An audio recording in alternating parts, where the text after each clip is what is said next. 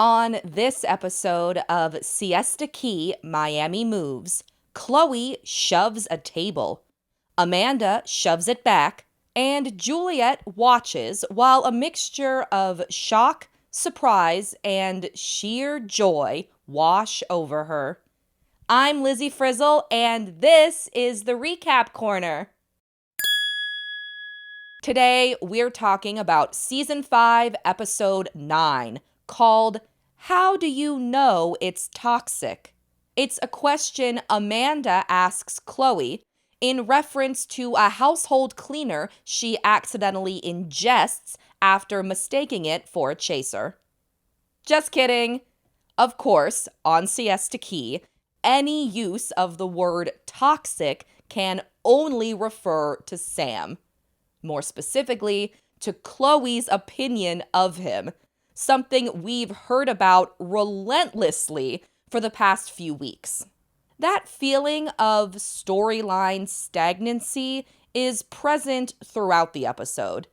And with the exception of the last 5 minutes, it might have been a season low for me. It felt like the cast had the same 2 or 3 conversations over and over again, starting from the opening scenes. As usual, we alternate between groups as they rehash events from last episode. First, Juliette and Lexi meet at an elegant, bookish restaurant to summarize what went down at Club 11, other than alcohol, which seemed to go down just fine, judging by how hungover they are. God, I love water. Wait, give me some water, please. I love water so much. Did this restaurant remind anyone else of the bookstore in the first season of You? Throughout the scene, I kept waiting for newly single Lexi to meet a guy who'd then spend season 5B stalking her, trapping her in the basement, and trying to steal her teeth. In this scene, the episode's first major storyline / repetitive conversation is introduced. Juliette is very bothered by Amanda's sleepover at Sam's and the new wardrobe she went home with after. Meanwhile, at Mike's house, specifically in his pool, he, Amanda, and Jordana rehash the trip to 11 for themselves. It's through this conversation that I realized something I said in my last recap was wrong. At 11, we saw lots of footage of the cast throwing what I called fake money. But turns out it wasn't. They were Mike's singles because, according to him, it's not the same if you go to 11 and you don't throw ones in the air. I assumed the money was fake because why would anyone throw away real money like they're Regina George tossing pages of the burn book? But I guess it's one of those things you just can't understand when you're in my tax bracket. Someone who should pay more taxes than me, but probably pays fewer, Sam, shows up at Mike's house. The group teases him for being the first to leave 11 the night before. They're being playful, but Sam responds so seriously, it becomes funny. How are you feeling, buddy? You left early. Why are you dipping out early on us, Sam? You used to be able to chill with us all night. Because I had to do physical therapy in the morning and didn't care to be around Chloe. To clarify, it's the juxtaposition in tones that made me laugh, not Sam needing physical therapy. Amanda reveals to the group, including Sam, that she told Juliette she could have had sex with him if she wanted to. Did I tell you what I said to Juliette? No, what? I was like, Juliette, if I wanted to f Sam, I could have, but I didn't, so I'm a good friend. Did anyone else watch that interaction and think some funky editing might be at play? The way everyone reacts, like Sam isn't there, And the way Sam reacts, not at all, makes me think he wasn't actually present when Amanda told this story. At the very least, I hope he wasn't actually present. Because the only thing ickier than saying you could have hooked up with someone if you wanted to is saying it in front of that person. Amanda explains that she thinks Juliette and Chloe are coming for her for living her life. It's clear she's starting to resent them both, especially Chloe. But as Amanda complains about her, elsewhere in the city, Chloe complains about Amanda. I wonder if their ears were mutually burning. Chris serves Chloe coffee as she also recovers from the night at 11. I expect Chris to really make a meal out of preparing Chloe a boring drink like the unsweetened latte he teased her for last episode. But apparently, I underestimated him, because he just gives her the coffee. Sorry, Chris. The coffee does come with advice, though. Chris suggests that Chloe and Amanda are on different paths. Chloe agrees, but in slightly different terms. What are you doing, Amanda? Like, you're going over to one of your best friend's ex-boyfriend's house every weekend and having slumber parties over there. He just is, like, so arrogant and just acting like his money is a personality trait. He is, like, immature, toxic, like, loser. And his loser mentality is, like, leaking off to people around him. Last episode, Sam's wealth emerged as a new talking point in Chloe's campaign against him. But didn't she used to like that about Sam? Didn't she once ask Juliette if it felt different hooking up with a billionaire like Sam instead of a lowly millionaire like her ex? Juliette said it did feel different, yes. Later, Chloe does business in her kitchen. Amanda enters in the middle of a phone call and makes herself breakfast. No, I just got home. Yeah, I just got done with my workout. Yeah, I've been working out with Sam's personal trainer, and he's honestly amazing. Well, I'm just gonna make some breakfast.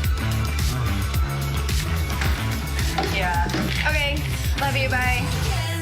What is this phone call-based warfare Amanda and Chloe keep engaging in?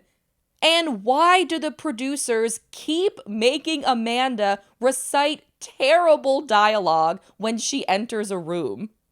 Chloe is annoyed that Amanda's on the phone, but she's angry about the contents of the call. We learn that once a week, Sam pays a personal trainer to come to his house. But sometimes he takes a nap instead of exercising. So Amanda and whoever else is there work out with the trainer instead. Chloe no likey. You just got done working out at Sam's? Yeah. Does Sam work out when you do that? Well, last time he was like, I want to go take a nap. I'm not going to work out with you guys. I'm like, okay. So he just pays for a trainer and then doesn't do it? Yeah. Sam just like lives in a world where because he thinks that he pays for everything, that no one can say anything negative about him. Once again, Chloe's Sam bashing creates tension between her and Amanda. This time, it leads to them both joking, but not joking, that Amanda should move out of Chloe and Chris's apartment. The fact that you think that it's normal to show up in one of your best friend's ex-boyfriend's t-shirts is crazy. If I lived alone, it wouldn't be a problem. Well, then live alone. Maybe I should. You probably should. The tension bubbles over into a full-blown fight. During, Amanda discovers the word judgmental, which she'll use to describe Chloe 646 more times before the episode ends. To defend herself, Chloe breaks out a classic reality TV trope. claiming that the mean, judgmental things she says aren't mean or judgmental. They're just honest. Oh my God, the whole judgment thing. It's like, is it judgment or can you not handle the truth? Chloe warns Amanda that drinking all day, going to dinner, and sitting around isn't real life. I don't know. If I could substitute the alcohol for water or coffee or like Orange Julius, then I think drinking, eating, and sitting around sounds okay. But Amanda's itinerary is the least of Chloe's concerns. And I don't want to see someone who I've cared about hang out with a bunch of f***ing losers and become one. Okay, well, those losers are my friends, and I'm going to keep hanging out with them, but I'm not. That's what's scary. Well, dude, I don't want to be told how to live my life. I don't. I'll figure it out. Let me figure it out on my own, how to live my life and where I want to go. For sure. And I hear that. I'm sad for you. Now the fight escalates into a good old-fashioned screaming match. Amanda calls Chloe judgmental a few more times. Chloe comes up with her own words to describe Amanda, like sloppy and trashy. For good measure, they both call each other bitches, too. So if you have anything else to say, just say You're it. a bitch. You're a judgmental bitch. And you're a floppy, trashy bitch. Just because I don't live my life like you doesn't make me trashy, okay? Okay, Just Amanda. because I'm not married and settled down and sober and doing all these great things in my life does not make you better than me, Okay, Amanda. Keep judging me. See how many friends you have left. You're a mess and you need to get your together. You. That Amanda and Chloe kind of seem to hate each other now is another of the episode's main storylines. There's one more, and I bet you can guess when we're going to talk about it. When the gang went to 11 last episode, Juliette asked Jordana to get lunch sometime. Instead, they get drinks. Specifically, shots. A lot of them. It's a fun beginning to the scene, and a good reminder that Juliette and Jordana are the two most naturally funny people in the cast, if not the only two. While they drink, they reminisce about the mean things they used to say to each other, and bond about the things they have in common. Oh my God. Every time I do that, my nipples get really hard. My nipples are super hard. Like cutting class. They actually are. Wait, just kidding. Wait, they're getting harder. Yeah. Jordana asks Juliette if Clark and Sam have anything in common. Brace yourself for Juliette's response. What's the difference, like, from Sam to Clark? I'm just so curious. I can't think of one thing they have in common. Well, yeah, I can. What? They both have a penis. Now the conversation turns more serious. Juliette says that as someone who once lived with Sam, she's available if Jordana ever wants to talk about that shared experience. But first, Juliette abruptly changes the subject to Amanda. She wants details about her relationship with Sam. Jordana agrees that it breaks girl code for Amanda to sleep over at Sam's house, but she also stresses that there are always women around, some of whom overstay their welcomes and steal Jordana's bikinis. The recurring thefts emerge as a new but important plot point, which is wild because who wants to wear someone else's bathing suit?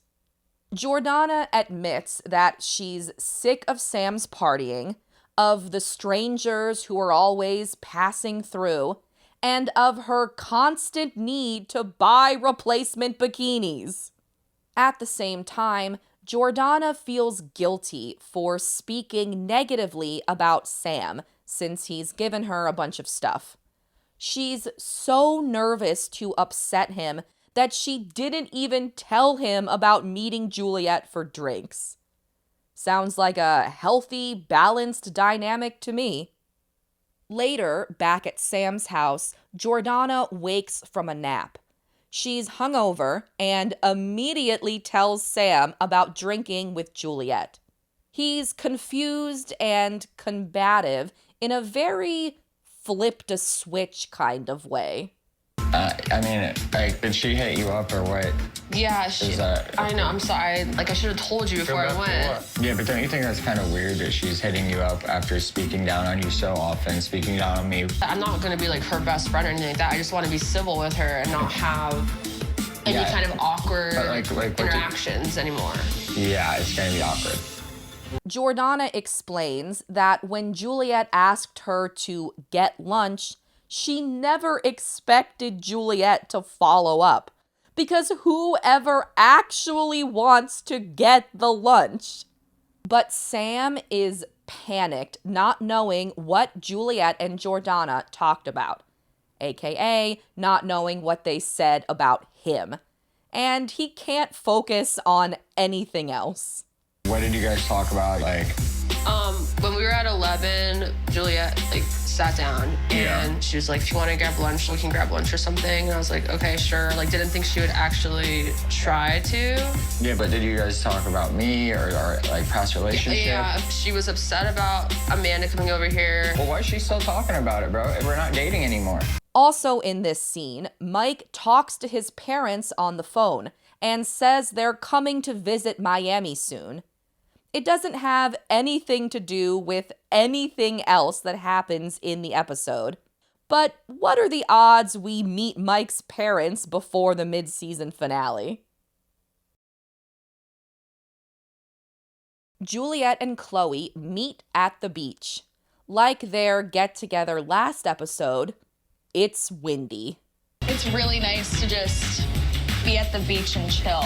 I feel like I haven't really been doing this as much as I wanted to. Weren't you just at the beach in Mykonos? Juliette and Chloe talk business.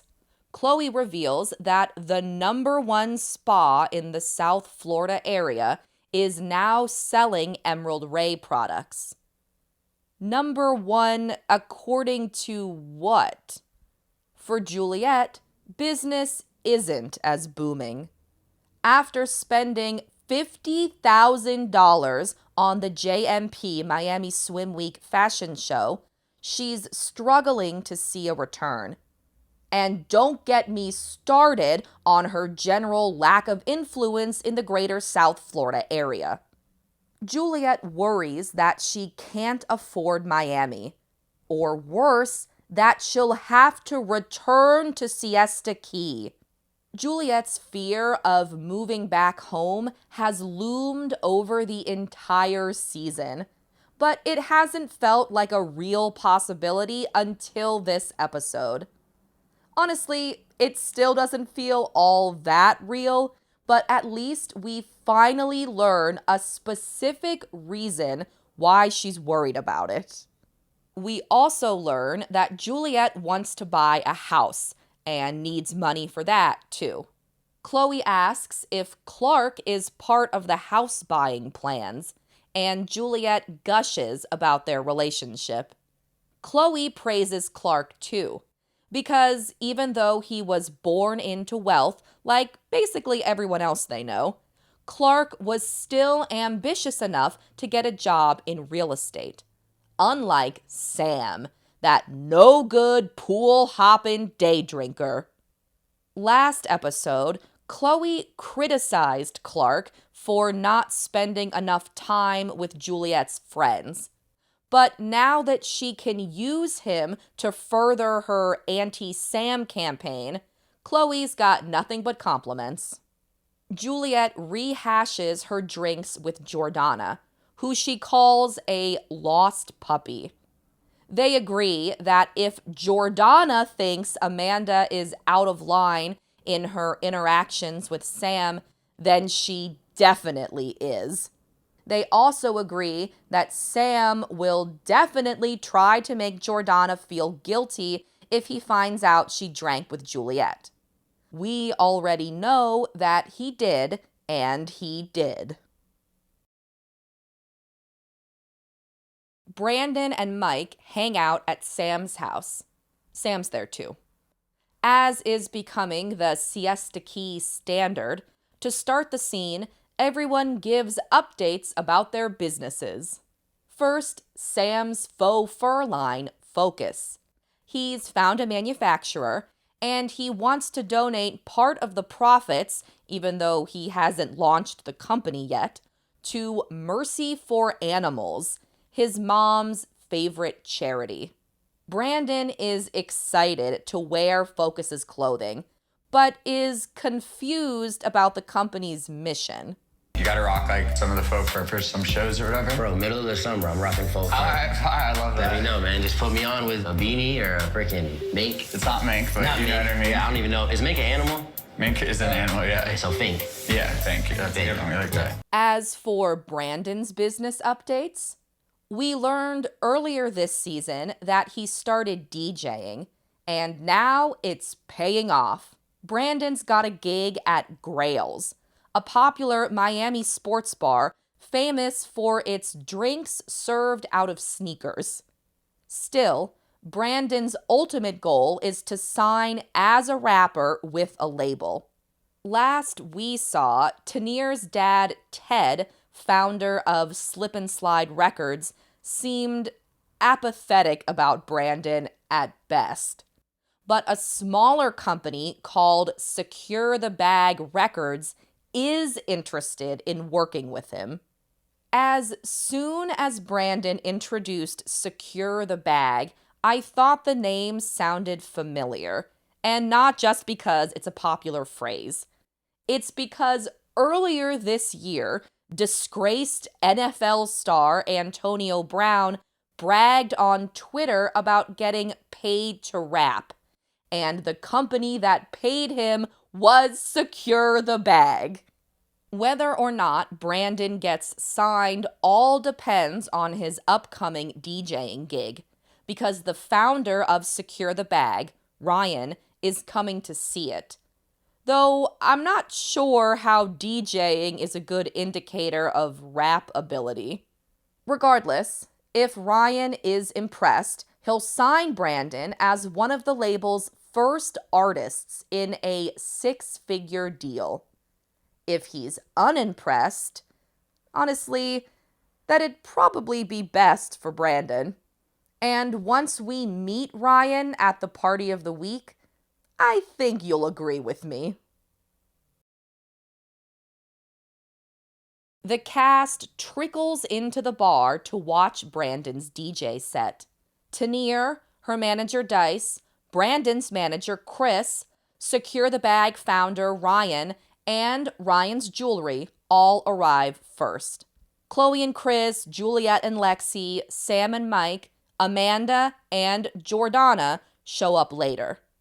Right away, there's drama. Jordana arrived solo, not alongside Sam like she usually does. Sam says it's because he's annoyed about the drinks with Juliette. Jordana says it's because Sam never accommodates her. So instead of getting ready in the car like she always does, she decided to hang back and move at her own pace. Elsewhere, not pacing themselves, are Juliette and Chloe, who take shots with Tanir. They ask about the song she's recording with Brandon and about the upcoming music video shoot. Chloe also pushes Brandon and Tanir as a potential couple. What's going on with the song, the music video? Is it done? We officially have a concept that we both agreed on and we really love it. What's the concept? Are you guys gonna make out?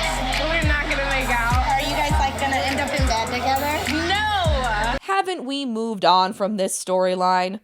We were toe dipping into a love triangle between the two of them and Christine, but when Christine left Miami, I figured so did Brandon's romance arc.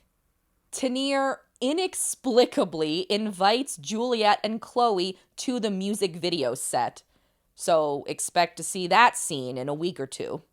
Juliette and Chloe are excited to visit the set, Mostly because they think it's funny that they got the invite instead of their mortal enemy, Amanda, the film school graduate.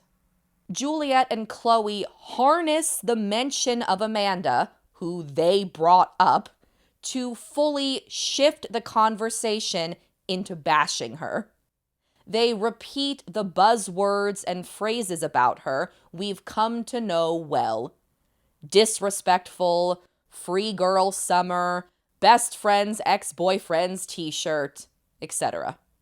Tanir, like the audience, does her best to just hang in there until it's over. And I was like, you're a bitch. And she goes, you're a judgmental bitch. And I go, you're a sloppy, trashy bitch. So it's like, got real. Oh, for sure. I think I have to tell her to go down. She just needs to go. She's like kind of on her trashy girl summer, and I'm just not about it. The cast takes shots out of tiny sneakers while Brandon pauses his set to give a traditional DJ's speech. I just want to say I'm looking at all y'all in the eyes, man. I feel like we all came out here together. It's been the best summer yet. For some of us, maybe not the best, but at the end of the day, I love y'all. Whether or not Brandon's speech is silly, the crowd is into it.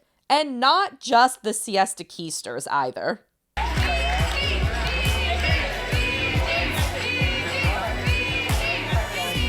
And here we go.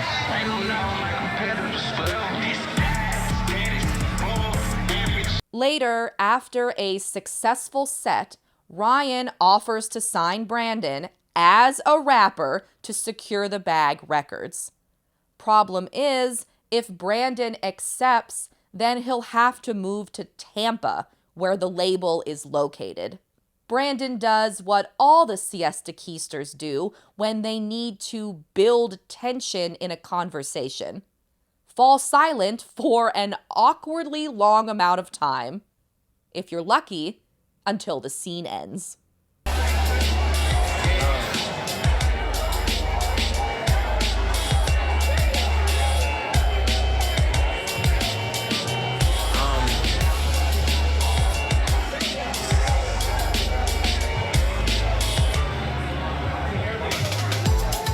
Though Brandon is the reason for the party of the week, his B story about DJing and record deals is like the eye of the storm that is all the other storylines happening around him. He mostly plays music in the background while the editors bounce between several ticking time bombs. Amanda and Sam sit on a couch and compliment each other's appearances, while Juliette and Jordana sit at a nearby table and watch. Both groups know the other is there. Amanda even tells Sam that Juliette and Jordana are likely talking about them, though by saying that, Amanda is also talking about Juliette and Jordana. Each other isn't all they talk about, though. Sam tells Amanda he doesn't like being braggadocious about his wealth. He also mentions his Lamborghinis and his $20,000 koi fish in the same sentence. I just don't like being braggadocious. Here's my $20,000 koi fish or my Lamborghini. Can we get a wellness check on those koi? Eventually, after a nice long seethe, Juliette screams at Amanda and Sam. In response, Amanda, once again, does the thing she's criticizing Juliette for doing. Amanda! Are you kidding me right now? Seriously? And Sam, are you gonna rise out of all my friends? Yeah. Does that make you happy? Do you feel like you get back at me? She shouldn't give two and she's sitting here screaming at me from across the bar like a little child. The back and forth is heated, but through all the discomfort, Sam just compliments Amanda again. And then some.